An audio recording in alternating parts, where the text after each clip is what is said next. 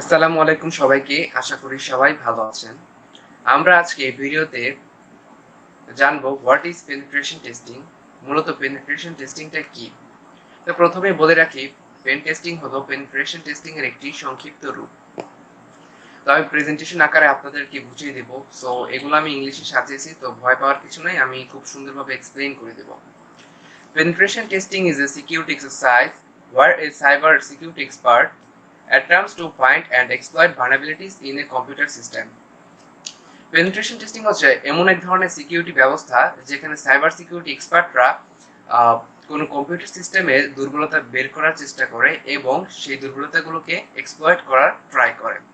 The purpose of this simulated attack is to identify any weak spots in a system's defenses which attackers could take advantage of.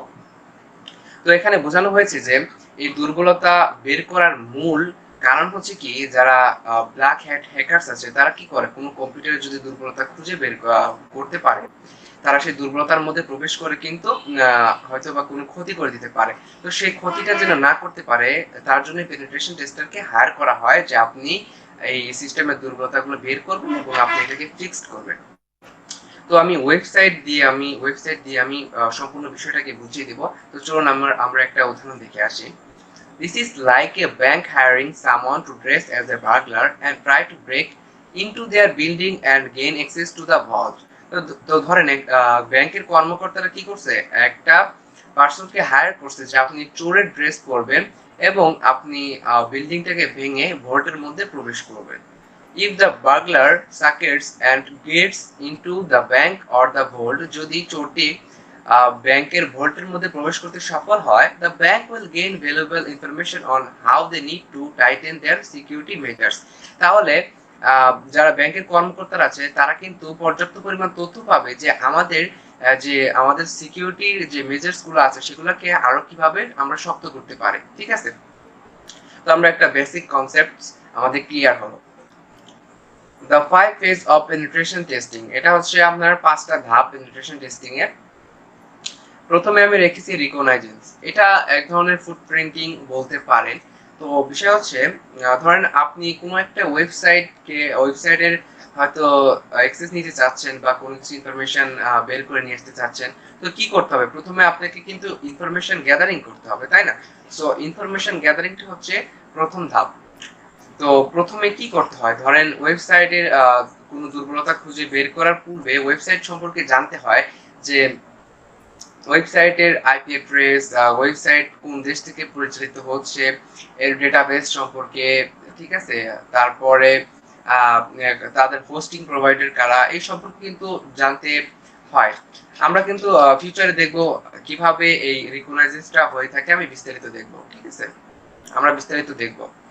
তারপর আছে scanning. আপনার প্রথম ধাপটা গেল information gathering, তারপর আপনাকে কি করতে হবে, সাইটটাকে স্ক্যান করতে হবে। স্ক্যান কেন করব, স্ক্যান করলে আমরা বুঝতে পারবো যে ওই ওয়েবসাইটের মধ্যে কিরকম দুর্বলতা আছে, এটা কি মিনিমাম লেভেলের বা ম্যাক্সিমাম হায়ার লেভেলের দুর্বলতা কিনা, এটা কি ধরনের দুর্বলতা হতে পারে, সেটা স্কোয়ার ইনজেকশন হতে পারে, এক্সেস ভার্নাবিলিটি হতে পারে, অনেক কিছু হতে পারে, তাই না? তো আমাদেরকে সেই দুর্বলতাগুলো খুঁজে বের করতে হবে, যে যে দুর্বলতার জন্য আমাদের স্ক্যানিংটা করতে হচ্ছে। তো তারপর আছে ভার্নাবিলিটি অ্যাসেসমেন্ট।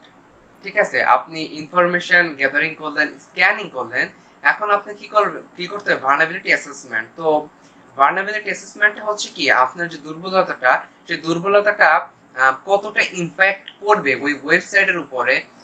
একটু যদি আমি ব্যাখ্যা করে বলি, ধরেন সেখানে স্কোয়াল ভার্নাবিলিটি আছে, তো স্কোয়াল ইনজেকশন করা যাবে ওই ওয়েবসাইটে। তো সেই ওয়েবসাইটে ডাটাবেজে অ্যাক্সেস নেওয়া যেতে পারে, ইউজার নেম পাসওয়ার্ড লিক হতে পারে, যারা ব্ল্যাক হ্যাট হ্যাকারস আছে তারা এগুলোকে বের করে নিয়ে আসতে পারে এবং কোনো ক্ষতি করে দিতে পারে।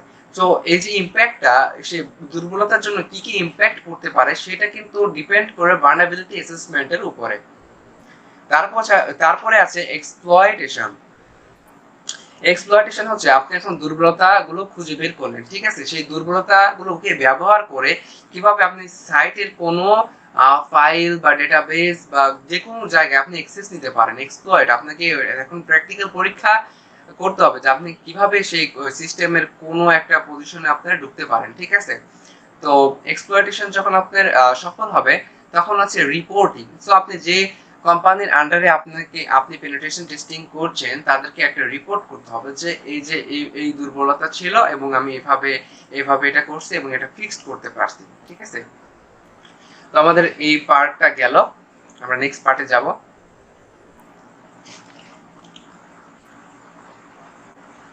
আমাদের নেক্সট পার্টই হচ্ছে what are the types of pen test. তো প্রথমে আমি রাখছি ওপেন বক্স পেন টেস্ট। তো ওপেন বক্স পেনটা কি আমি বলে দিই আপনাকে। Open open box pen test হচ্ছে এমন এক ধরনের পেন টেস্ট যেখানে পেনিট্রেশন টেস্টারকে শুধু কোম্পানির নামই না, কোম্পানির নামের পাশাপাশি কোম্পানির সিকিউরিটি সম্পর্কে নানান ধরনের ইনফরমেশন প্রোভাইড করা হবে, যাতে সে হচ্ছে এই ওয়েবসাইট বা কোম্পানির যে কম্পিউটার সিস্টেম গুলো আছে, নেটওয়ার্কিং গুলো আছে, সেগুলোকে পরীক্ষা নিরীক্ষা করতে পারে এবং দুর্বলতাগুলো বের করতে পারে, ফিক্সড করতে পারে। তো তাকে পর্যাপ্ত পরিমাণে একটা ইনফরমেশন দেওয়া হয়ে থাকে। তারপর আছে ক্লোজড বক্স পেন টেস্ট। তো ক্লোজড বক্স পেন টেস্টটা হচ্ছে কি, যে শুধুমাত্র পেনিট্রেশন টেস্টারদের শুধু কোম্পানির নাম প্রোভাইড করতে হয় এবং নাম প্রোভাইড করলে তাকে নিজেকেই সবকিছু খুঁজে খুঁজে নিতে হয়, যে সব ডিটেলস বের করতে হয়, তারপর এক্সপ্লয়েট করতে হয়। তারপর যেটা আছে সেটা হচ্ছে covered pen test. So covered pen টেস্টটা হচ্ছে অনেকটা আমি যদি বলি, কভার্ড পেন টেস্ট হচ্ছে যে এখানে যে পেনিট্রেশন টেস্টার আছে তার পরিচয় হাইড থাকে এবং প্রায় কোম্পানির কেউই জানে না যে পেনিট্রেশন টেস্টিং চলছে, এই কোম্পানিতে পেনিট্রেশন টেস্টিং এর কাজ চলছে, ঠিক আছে? শুধুমাত্র যে আইটি ডিপার্টমেন্টের হেড যারা আছে তারা কিন্তু এই বিষয়গুলোকে জানে এবং তারা দলিল আকারে সেই পেনিট্রেশন টেস্টারকে দেয় যে আমরা আইনগত কোনো বিষয় আপনাকে জড়াবো না, ঠিক আছে? তারপর হচ্ছে external pen test. External pen test হচ্ছে যেটা হচ্ছে রিমোটলি করা হয়, যারা বেশিরভাগ পেনিট্রেশন টেস্টিং করেন, ফ্রিল্যান্সিং করেন যারা, তাদেরকে অনেকটা এক্সটার্নাল পেন টেস্ট বলা হয়। যারা রিমোটলি কাজ করেন অনেক দূরে থেকে, তাদের সার্ভার বা নেটওয়ার্কের বাইরে থেকে যারা করেন তাদের এক্সটার্নাল পেন টেস্ট বলা হয়।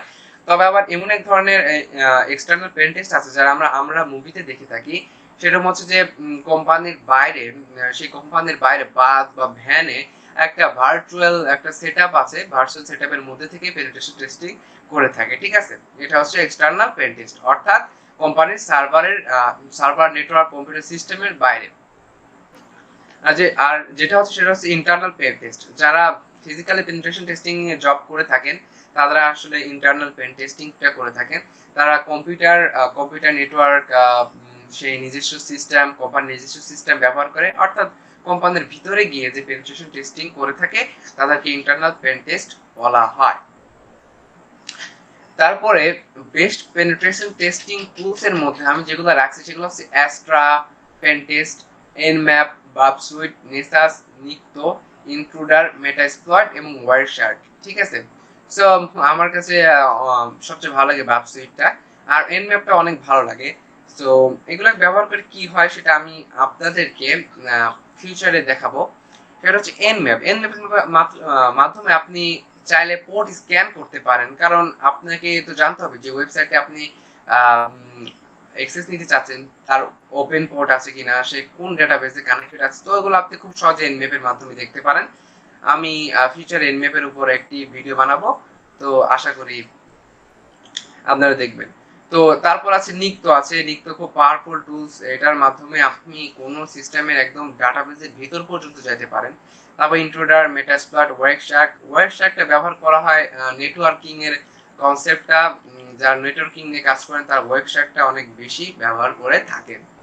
তো এই ছিল মোটামুটি পেনিট্রেশন টেস্টিং সম্পর্কে। এখন যদি আমি বলি যে what is the future of penetration testing, তো একটা বিষয় হচ্ছে যে দিন দিন কিন্তু আমাদের টেকনোলজি আরো উন্নত হচ্ছে এবং আমাদের কিন্তু যে হ্যাকিং, ইনফরমেশন লিকেজ এগুলো অনেক বেশি হচ্ছে, কিন্তু সেই তুলনায় কিন্তু যারা ভালো মানে হোয়াইট হ্যাট হ্যাকার বা পেনিট্রেশন টেস্টার যারা আছে সেই তুলনায় কিন্তু অনেক কম। আর যেহেতু দিন বাই দিন ডেভেলপ হচ্ছে, আমাদের টেকনোলজি, সেক্ষেত্রে পেনিট্রেশন টেস্টারদের কিন্তু ভূমিকা কিন্তু দিন দিন বেড়েই যাচ্ছে, ঠিক আছে। So the future of penetration testing lies in using AI to make results more accurate and evaluations more efficient, ঠিক আছে। তো একটা বিষয় হচ্ছে যে ভবিষ্যতে কিন্তু এআই টেকনোলজি কিন্তু আরো ইমপ্রুভমেন্ট হবে, যার কারণে আমরা আরো অ্যাকিউরেট এবং খুব মানে কি বলবো, একদম আরো খুব অ্যাকুরেট একটা রেজাল্ট আমরা পাবো এখান থেকে। আরেকটা বিষয় হচ্ছে, সেটা হচ্ছে যে একজন পেনিট্রেশন টেস্টারকে কিন্তু সর্বোচ্চটা দিয়ে কিন্তু করতে হয়, একদম কি বলবো এটাকে, যে তার যে দক্ষতা এবং অভিজ্ঞতাকে কাজে লাগিয়ে একদম সে দুর্বলতাকে ফাইন্ড আউট থেকে শুরু করে ফিক্সড পর্যন্ত কিন্তু তাকে নিয়ে যেতে হয়। তো এই ছিল মোটামুটি আমাদের পেনিট্রেশন টেস্টিং সম্পর্কে। তো আশা করি আপনাদেরকে বোঝাতে পেরেছি পেনিট্রেশন টেস্টিংটা আসলে কি। সবাই ভালো থাকবেন, সুস্থ থাকবেন, এবং যদি কোনো প্রশ্ন থাকে অবশ্যই কমেন্টে করবেন। আল্লাহ হাফেজ।